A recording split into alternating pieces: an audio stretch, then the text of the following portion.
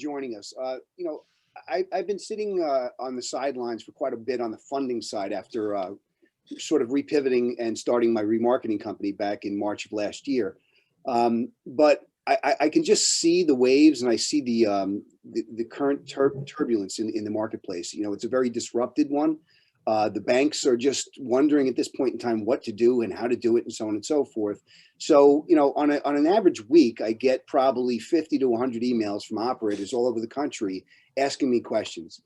So I figured, if we start a webinar and we do it monthly, I'll take those questions and I'll pose it to the audience. And if it answers one of your questions and you can have a takeaway from today, that'd be great.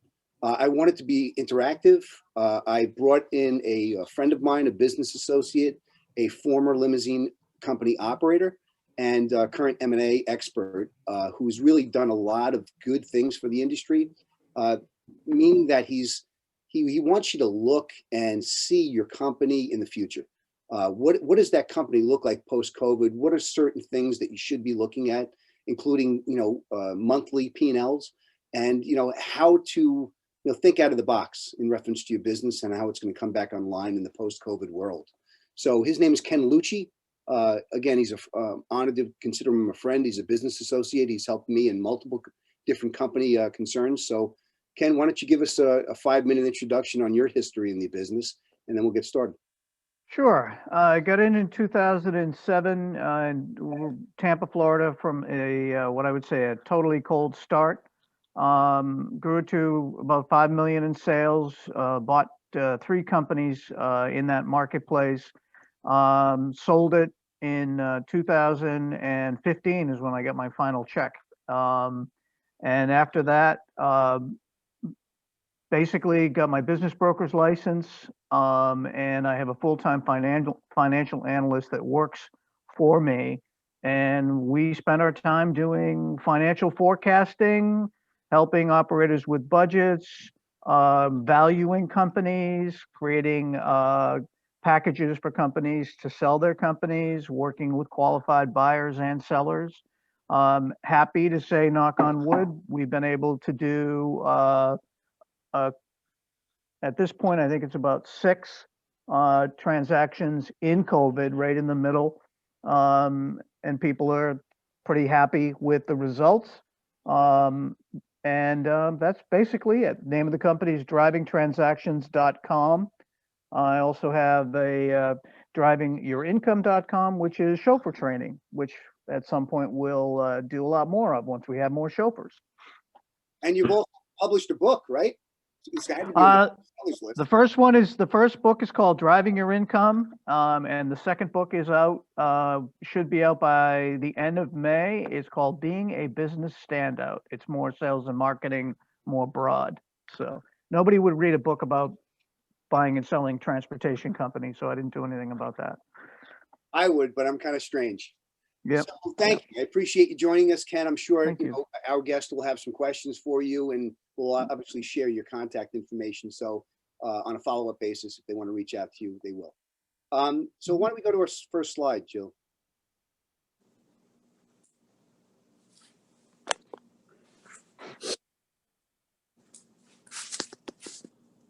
Anytime, Jill.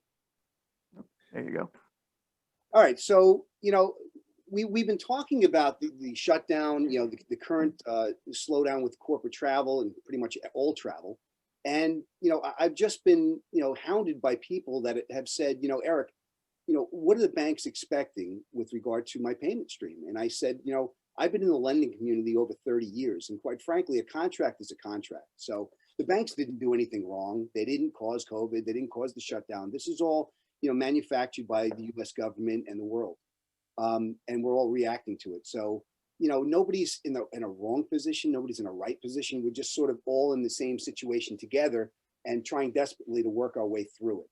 So I guess my question or concern is, when everyone starts to become online, and I see that as an underlying momentum current right now, when we start to manifest business in 2021 and beyond, it's not going to be 100%, at least not for most operators. It's going to be a certain percentage of year-end 2019 results. So if we come back at 50%, you have 100% of your, year-end 2019 debt service. my question is, what do we do as a lending community to deal with that, right? So what I've been doing now that I've started another segment of our operation, Advantage Funding Solutions, is I've been working with certain banks that don't have a lot of transportation exposure, that always wanted to, that we have history. I've been doing this for 33 years, so I have a lot of friends in the banking community. And what I've been explaining to them is we have to have a mechanism for operators to refinance their equipment to get the payments down.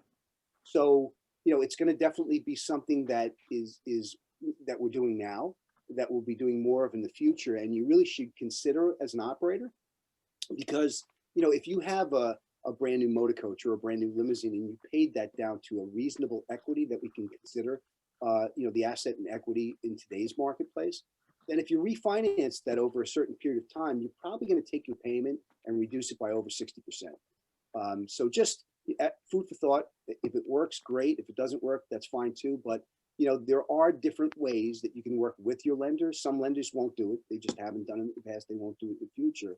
But you can ask them, if they'll consider a refinance to extend the term, maybe to increase the balloon, and work with them directly. And that's why I guess when Kenny starts to speak about monthly P&Ls, if they know what your revenue looks like, they might even be able to stage a comeback funding for you, to have certain reduced payments and then step it up as your income steps up. So, there are things that you can do, and you really have to be proactive, understanding what your business looks like and come up with a plan. And that's one of the ways to do it. We can go to the next slide, Jenny. So I've also been approached by, quite a few lenders and end users that are coming due on balloons for motor coaches. And you can refinance your balloon with anybody. I mean, your current lender that you're doing business with will definitely, support you, I'm sure, as a good payer to refinance your balloon and continue that pay down cycle. But, you really can go to any lender, including Advantage, and ask for, a refinance. We can quote you numbers, on certain terms so that you can see the financial impact of your payment reduction. But it's definitely something that we're looking at as a lending community to do.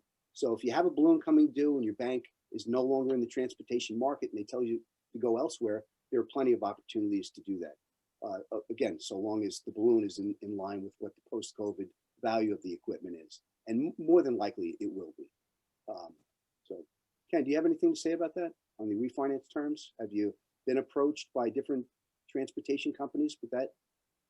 We actually are working with two national banks now, and that's part of what we're working with is when operators are approaching, and it's not just the livery space, we're working with them on all their commercial vehicle portfolio. When they approach the bank to refinance, the first thing the bank's looking for is, okay, what's your forecast look like? What's your revenue forecast look like? And what's your P&L going to look like? And so, I mean, you're working with the end user, right? Coming up with their forecast and their current P&L. And then, Yes.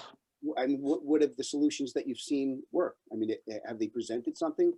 I've had several operators in the coach space be able to refinance their equipment if they're able to put, either a little bit more collateral on the table or the bank accepts their forecasting. A couple of the banks have gotten granular and looking at contracts that have come back, transportation contracts that have come back, and they've extended out the loans. So yes. All right, and then if you had an acquiring or selling company, are the banks willing to finance if the acquiring company obviously merits as far as credit is concerned, would they refinance the existing equipment to pay off the former seller? Well, interesting. The buyers today, most of the buyers are not interested in wholesale, meaning across the board, I'm going to take every piece of equipment that you have. So it's a deal by deal, case by case situation. If there are lenders involved, and the seller is not able to pay off the equipment before closing, normally we're working directly with that bank. The attorney gets involved, works directly with the bank, and a portion of the proceeds of the sale of the company goes to the bank for a period of time. Does that answer your question? Yeah, in Yep. broad stroke terms. So is it? It sounds like it can get complicated, but the banks are willing to work on it. Oh, the banks have no choice but to work with it. We've successfully done 3 transactions specifically where we've had the loan to the bank has been such that the seller could not pay it off, because a lot of these deals are obviously they're very contingent on earnouts, very low dollar down payments. There are some down payments, but we have to engage with the bank, and the banks in all 3 cases worked directly with the attorneys, been very, very cooperative, very, very open, and they've accepted that there's a transaction taking place, and they are protected originally from the seller, and the seller doesn't get off the hook, so to speak, because in these 3 cases they've had personal guarantees, but they've accepted the fact that the bank has been totally agreeable to be paid a portion of the earnout for a period of time. So it's worked out in all 3 cases. And 2 of them were major banks, national banks, and the third was a local bank. I mean, that's great to hear that, that the lending community is willing to work because again, we're all in this together. So the best we do on communication, both upfront and during, we'll be able to work out the best solution possible. But that's good information. Can you refinance my loan with a different lender? Sure. The only thing I caution people on, and I've done this quite a few times with recent customers that have asked me this, is I ask them to speak to their current lender to see if they'll waive any type of prepayment penalties. Because the last thing I want you to do is pay, interest again and payment penalties on top of your loan after all the, depreciation that we've seen in the asset classes. So if you have different loans, through different lenders, and for whatever reason you don't feel that they're a good partner financially for you, you feel free to call not only myself, but many other lenders that will consider a refinance, as long as it's appropriate with regard to the value. You can go to the next one, Joe. Yeah, so the biggest thing I guess I've been answering, or the highest percentage of question, is the credit question. A lot of operators have been reluctant to sell equipment, even though they can't utilize it at this point in time, because they don't believe that they'll qualify for credit to get it again once things have passed. And I try to explain to people that the lending community understands that pretty much 100% of coach operators and maybe 75% of mini coach and limousine operators deferred after the shutdown. So we have most people deferred into the third quarter of 2020. And at that point in time, there's a certain percentage, probably 25 to 35% of operators that were actually able to go to interest-only payments or some sort of modification on the full payment. So that manifests itself in a whole bunch of different ways. And I don't know, Ken, if you've seen people reacting to reporting from the banks on PayNet or their personal credit bureaus. Have you been approached with any of that? Not necessarily. I mean, on the work we do, not necessarily. I can tell you that we have been able to work with banks where the credit has not been perfect, as long as there's a recovery budget plan in place, and in the cases that we've had, if there's collateral that the person can increase. So we haven't dealt with the credit issue directly. Yeah. So, again, I run credit for a living. So, what I've seen is just a very strange, there's a commercial credit bureau called PayNet, which is the equivalent of a TransUnion or Experience on your personal credit. And what it shows the banking community, especially in transportation, is all of your business loans and how they've been repaid since inception. So a lot of, this is all magnetic reporting. This is not something that, a data entry person does. So I've just seen it reported in quite a few different ways, some of which, Mert, I think you can attest to, has come through as being delinquent after you've already engaged with a bank and agreed upon a deferred basis. So, that should present some problems. And, the solution I really don't know, but I do know that the lending community is willing to listen to a story, because we know it's not going to be perfectly reported. Mert, what happened on your situation? So, Eric, I had a particular lender and I don't mind sharing who it was. It was called ENGS, ENGS, Commercial Credit. And they gave us extensions, and they extended us out or deferrals for 12 months. And then about a month and a half, 2 months ago, I get an Equifax or Experian credit alert. And I had two accounts with them. One I owed, a little bit on, and the other one, I don't know, it was 50,000 or something like that. They reported 90 days late on one and 120 days late on the other, and that was on my personal credit. So now I got hit with that. On my personal, I got hit with that, and I've got the deferral agreements that I've sent into a company that handles these types of issues. And, we're going to work through it, but this has taken months and months, and now it's messed my credit up because a 90 and 120, as you know, isn't good for anybody. So, if I went to a lender today, I have to explain this whole story to them. And I think this goes back to your magnetic tape piece. This may not have been somebody inputting it, but it was a magnetic tape issue. And I'm not their only customer. There's other customers with the same lender that's had this issue. Yeah, and we all know what it's like when you get a blemish on your credit. Trying to get it fixed is a real bear. Yeah, it affects everything. Yeah. So, I guess, make sure, as an operator, that you're speaking to your lenders and ask them the question, if I'm being deferred, how is that being reported on my PayNet and my personal credit? And you should know that kind of stuff, because once you do go back into an active mode and you need to acquire additional equipment, you really need to know and have your ducks in a row so that you don't waste a lot of time, with the application process and the approval process, because it does take time. So if you do it preemptively, it'll save you a lot of time when you need to acquire new equipment. As far as what we look at as a lending community, we're looking at personal credit. Obviously, we understand that there could be a couple of different blemishes, but if there's current delinquencies or what have you, there's going to be problems with obtaining an approval. We're looking at bank statements to see what kind of cash retention there is in the account, what kind of cash burn there is in the account, and if there's been any PPP money received, and just how strong the checking account balance is, because the last thing we want to do is lend money and then being asked to go into a deferral again. That's almost impossible. So if you're acquiring equipment, you should understand that, in the short, medium, and long term, there's business for that equipment. And then we're looking at PayNet. And again, we can understand the story, but it's really, really great if you acknowledge, what your PayNet looks like before you apply for credit. And if you need any help with that, I can certainly, hook you up with the right parties to contact and find out what it looks like. We can go to the next one, Joe. So can you refinance used equipment?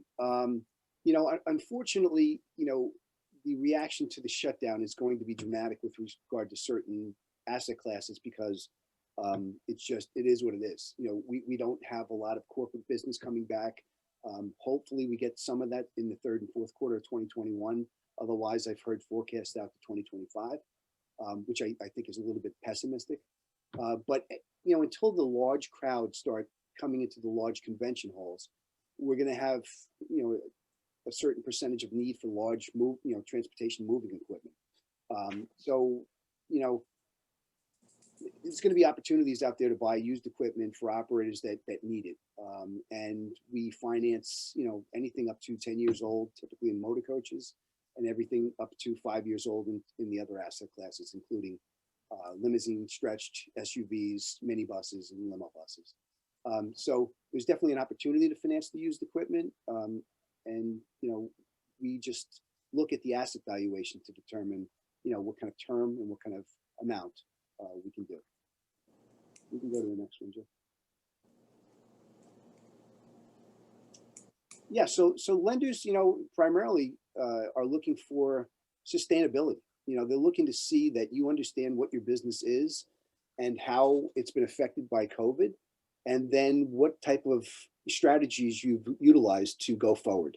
What your business consisted of before, what does it consist of in the future, and how are you going to add on to that business, including, if for whatever reason we have a variety of virus mutations and we go into a partial shutdown again, which I, pray that we'll never have to do that again, but it's definitely a possibility. But, they're going to look for what your strategy is, assuming that, and how that would, how that would affect your ability to repay the debt. Ken, do you have anything to talk to on what the lenders are looking for or what you're seeing? Yeah, absolutely. I think for the first time in my career, banks are actually paying attention to strategic business plans. They're definitely asking what your financial forecast is going to look like. They're looking for what your budgets are going to look like, and they're actually paying more attention to that as if you were a startup, because a restart recovery is going to be very much like that. Right. Makes sense, right? I mean, Hmm. you certainly want to know what your business looks like on a go-forward basis, in a good, a medium, and a down situation. It just makes total sense. We can go to the next one, Jill. Oh, okay. So Ken, why don't you talk to your presentation slides? Ken, again, is an expert in M&A. He has, full experience on the operator side, and he's been dealing with a lot of different banking institutions. So he's definitely got a lot of knowledge in the M&A sectors. But go ahead.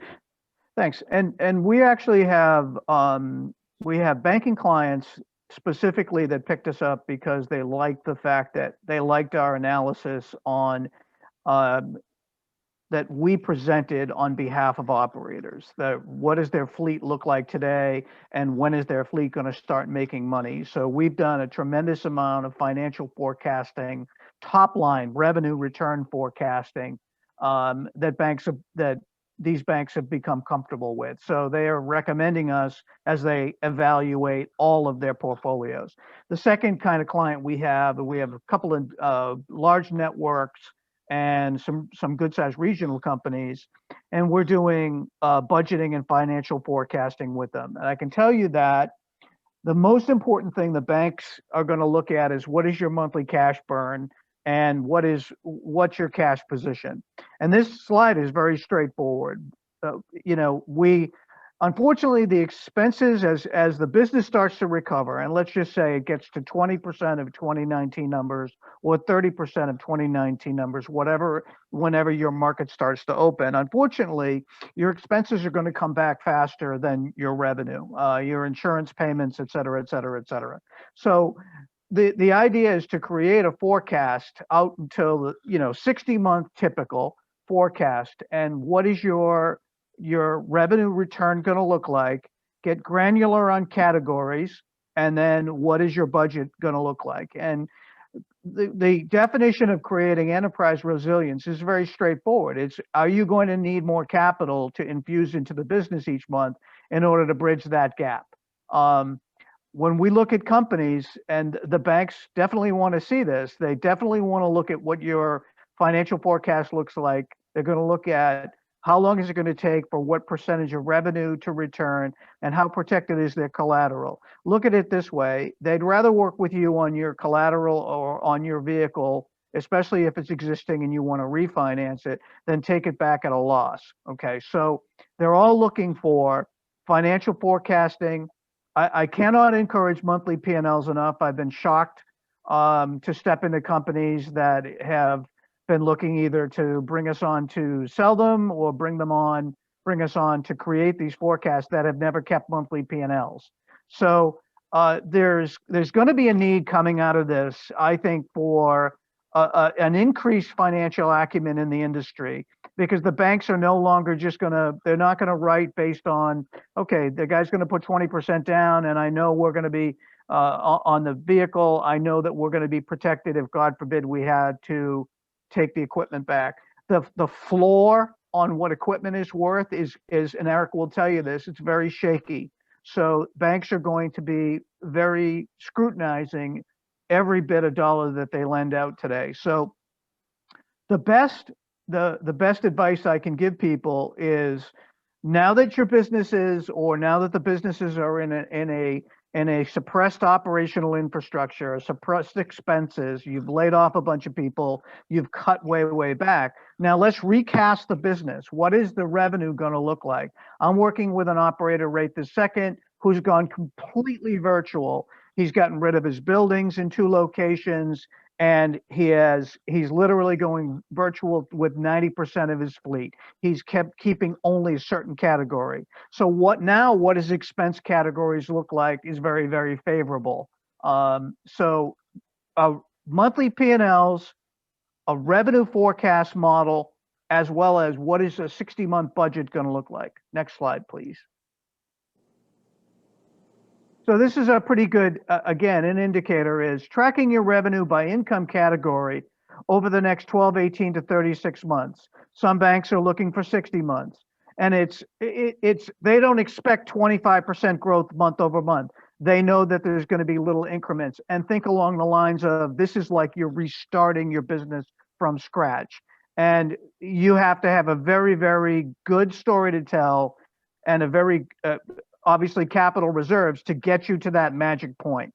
And as the business becomes profitable, what excess cash do you have, or what excess revenue do you have that's going to be able to pay back and pay down these expenses? We've been able to help a lot of people refinance based on having a very good 60-month forecast. In some cases, we've been able to put a balloon on the back end of the 60 months where a balloon didn't happen originally. So, the key is forecasting a realistic budget. And some of the operators we've worked with have, been very, very conservative, more so than we have. I mean, we're looking at 2021, the end quarter, to come back at some semblance, 20 to 30% of what 2019 was. We're looking at 2022 all across the board between 30 to 40 to 50%, et cetera.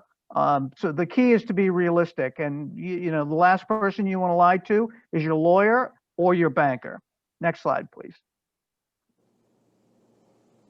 So this is actually a pretty substantial part of a financial forecast that we did for an operator that looked at, he was at 12.6, 12.7, 12.7 million in 2019. He was profitable, but looking forward, this is what he was looking at. For his infrastructure was very, very large, and we had to secure financing to get him to the point where he was going to be profitable, or at least, cash flowing. And we built him out to a revenue return scenario of 80% of pre-COVID by 2025. And we've literally had to secure him additional capital to keep his business going. Sometimes when we take people through this exercise, they decide they're not up for it. And that's when we put a valuation on the business and try to help them sell it. In this particular case, we were lucky enough because this person has some pretty sizable corporate accounts, and he is very, very in tune with when they're going to be coming back online. But as you can take a look at this, there's some really bloody red ink from his operation that was 12.7, that 2021 and 2022 he's looking at being half. And then optimistically working with his corporate contracted clients, we see him coming back online more robustly in 23 and 24. But the key is you've got to create a forecast and internally so that you're prepared as well as your bank. Next slide, I think. Go ahead. So Ken, I mean, are you actually finding banks out there that will do that type of financing? Some sort of. So this is a scenario that the owner had made a decision. He has personal assets and he has personal capital, and his decision is very, very straightforward. Am I of the age where I want to stay in this long enough to come out to the other side? And his other side, as you can see, is 25 to 26. In his case, we secured a credit line from his bank, and he actually had to sign personally for it, and he has personal collateral, and he's made the decision that he wants to stay in the business. At the same time, I've had probably 3 or 4 other forecasts that we've done where people realize, and these are really dimes to donuts, these are pretty accurate as far as expenses, et cetera. And the wild card is their revenue, and they've said, no, I don't want to stay in it this long. We either need to scale back to nothing, go completely virtual, which we rebuild another financial forecast, or they decide they want to get out. The key with doing a budget, for a financial forecast and a budget, is to create it in a format where you can literally plug and play the numbers. So if we all said, oh, wow, being 70% in 2023 is too aggressive, great. That you can change that variable down to 50 or 40%, and it recasts the whole budget. So the key is this kind of an exercise gives you the ultimate amount of information. We work with operators that are saying my national business is going to be at 15 to 20%, but I know that my retail clientele is going to be at X. So we can build as complex a forecast as possible. Will the bank refinance or provide capital? You have to have the assets for them to do that. In this particular case, the owner has decided he's of the age where he wants to rebuild his business. He was able to take a credit line. He's able to drop down his assets, sold a bunch of sedans and SUVs to raise capital and to keep the capital as, what we call enterprise resiliency to make it through. And we adjust the forecasting every single month. This particular operator had a fantastic March. And we actually looked at, should we recast 2021? We decided we're going to wait another 3 months to determine whether we're going to recast, because he's coming back faster than he thought in this past particular month. But it is literally a month by month granular situation.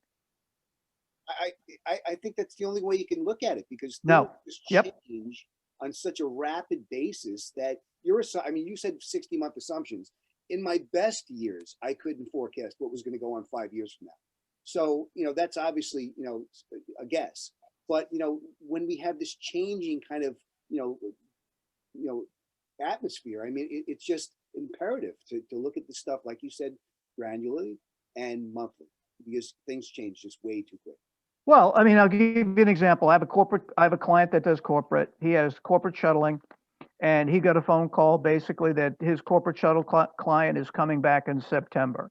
It's a $900,000 a year contract. It's allowed us to recast the financials again. Okay. Now, we're not going to go out on a spending spree. All it does is allow us to forecast, because we granularly know his cost of goods, expenses on those contracts. And we can say, wow, we're going to have a net contribution on that specific account. It's increasing our budgeting. I can tell you that the budgeting and forecasting it's not a sexy topic. It's not as sexy as what motor coaches or mini coaches we're going to buy.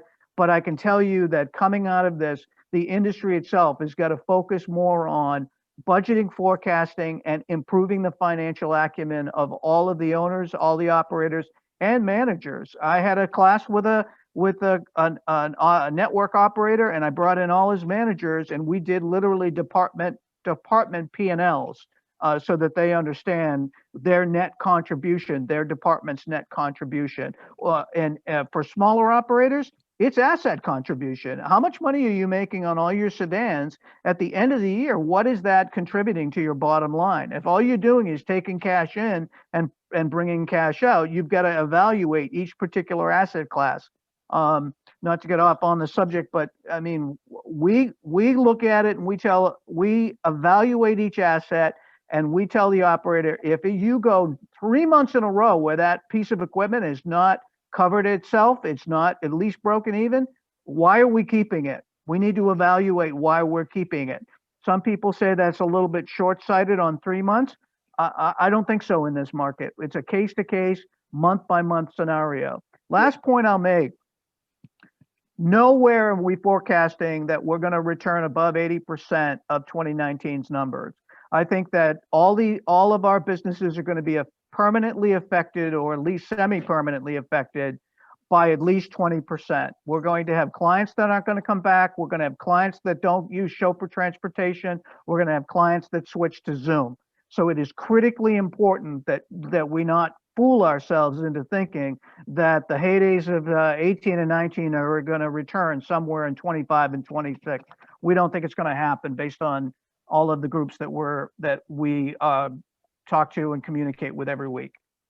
And listen, Ken, the best case scenario is you're 100% wrong, and everyone goes back to 150%, which I couldn't be more than happy to see. Yep. But you have to plan for that new reality, right? There's definitely a change that occurred due to COVID and the shutdown that's just going to change the way we do business as a species. My analysts and I were invited into McKinsey research groups. 3 times a week, we get on 1-hour calls in the boutique hospitality space and in private transportation and public transportation. In a lot of cases, we're flies on the wall because there are a lot of people that are a hell of a lot smarter than us on the call.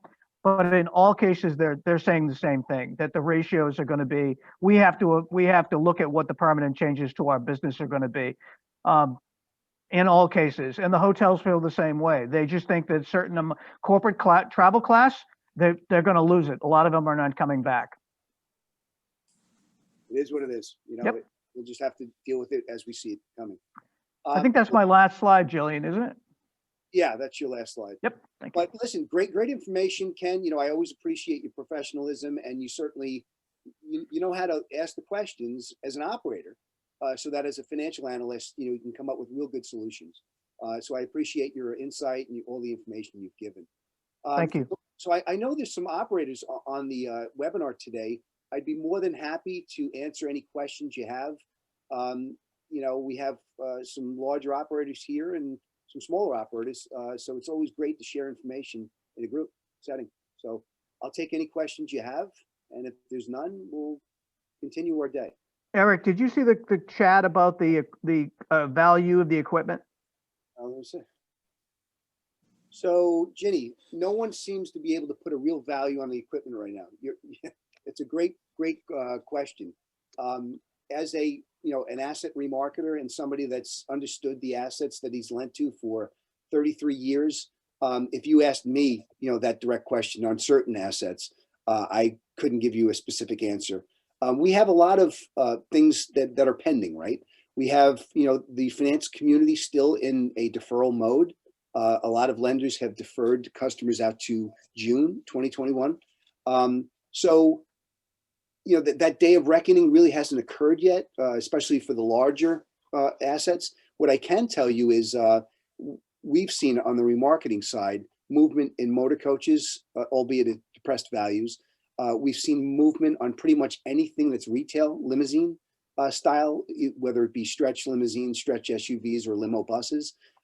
Tremendous movement and quite frankly at decent prices.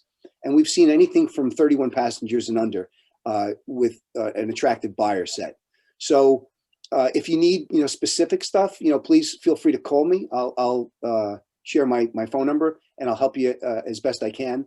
But it's a moving target. So, you know, where one motor coach will sell for $100,000 that should have sold for $300,000, it doesn't set the bar for the rest of the market. We just have to do our best to get rid of the supply that's out there, because, you know, when you have a bunch of supply and limited demand, obviously you can have price reduction. So again, I'll share my. Can I talk for a minute? Can I ask you a few questions? You guys are clearly way out of my smart class. I am the dumbest fly on the wall here. I'm also a single bus operator who's hanging on by a very frayed shoelace. Yeah. I don't have it with the bank. It's with the manufacturer, which was the smartest thing I did.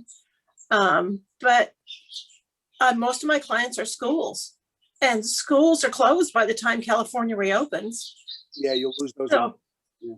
And I'm looking at, okay, if my deferral ends in June, which I have been paying some on it, not a lot, but so I'm opening up in the slowest season. Yeah. How do you forecast? How do you make any sort of anything? Sorry, I'll be quiet. I'm at a loss of what to do. Yeah, so maybe Ken, I mean, that seems like something in your arena. I certainly have thoughts towards Ginny, it. I'm absolutely happy to give you my information, because the question, and I take people through this exercise all the time, what else can we use that asset for? Whether that's specific client groups or whether that's a stretch region, what else can we use it for? And I think you're going to be surprised. I don't know your market. You said California? Yeah, I'm in the greater San Francisco Bay Area. So I'm only, this COVID 2020 was the beginning of my 5th year in business. So, well, we have to look at several options. First of all, what else can we use the equipment for? Second of all, I've been able to help some women-owned businesses with grants as a grant writing. I know it's difficult, but no, you have no idea. SBA now just sent me they withdrew my EIDL loan, even though I said no, I'm still interested. And then they said the targeted advance, and now they say I'm a non-resident alien. It's like I cannot get any footing with SBA. SBA is difficult. I can't even qualify as a woman-owned business, and I'm the only owner of the business. They said you don't qualify. And I'm like, I don't get it. What computer keys am I hitting that are different than everybody else's? So Well, the best thing to do, we need to do is get on the phone together and figure out, and I'm happy to do this for you. Again, we'll talk on the phone, but what else can we use the equipment for? And Right. what it truly, how far upside down are you? Or what else can we do with it? Or is there a private grant that's available depending upon your status? And then after that, Jenny, I gave you my office number. So, call me and we'll talk through some of the things that you can do perhaps with your lender that they understand. They're willing to listen to certain situations, and every situation is certainly not the same. So I don't see any information anywhere in the chat. Oh, I thought I responded to you. Eric, Jeannie, I'll send it to you. Eric, you responded to me directly. Oh, okay. Well, my email, I signed up with my email if you want that. Yeah. It Yeah, might be easier. I'll connect the both of you through email and. Thank you. Yeah, technology I'm is here. another. Yeah. Thank God I have Jillian, Jenny. She's Yeah, no kidding. Jillian holds it all together. but anyway, I'm sorry to hear your situation, and you're not alone. So Ginny, you're not alone, and that, I hate to say, is that is the saving grace. There are 1,000 stories like that in the naked city, and what we have to do is we have to figure out what your options are, and I'm happy to help you do that. thanks, Ken. I appreciate that. Any other questions? Nope, we're gonna chat here. Okay, so I appreciate everybody's time today. We're going to try to do this on a monthly or every other month basis. When I get questions that I think could be shared as a group and answer somebody's concern, we'll do it. If there's any other concerns or questions, feel free to reach out to me. I'm always on social networks and everywhere else, so you have my contact information. And more importantly, I just appreciate everyone's time today. I hope all of your families are safe, and please let me know if there's anything I could do for you, business-wise or personal. And Eric, there's a chat. Thanks, Eric. Thank you, Ken. Thank you. Thanks, Ron. Good to see you guys. What were you saying, Ken? There's another chat. There's a gentleman looking for funding on an SUV. Okay, so Omari, we just shared. I'm going to respond to you this time because I think I can. Everyone. So Omari, I'm going to give you my phone number. Just feel free to give me a shout. Sounds good. Thanks, Lou. And I'll be able to help you with whatever you need. Sorry about that.